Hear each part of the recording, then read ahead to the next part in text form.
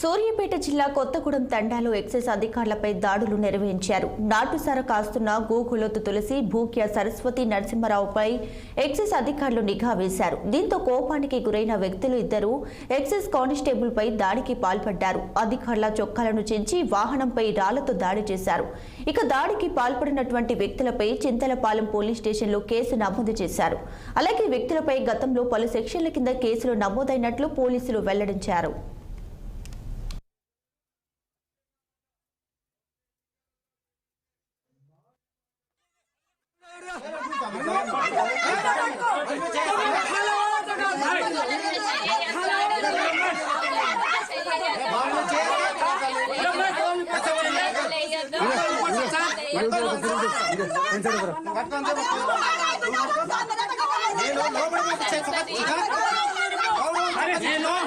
మొన్న కూడా పరువు నష్టం ఊళ్ళో అందరూ చూశారు.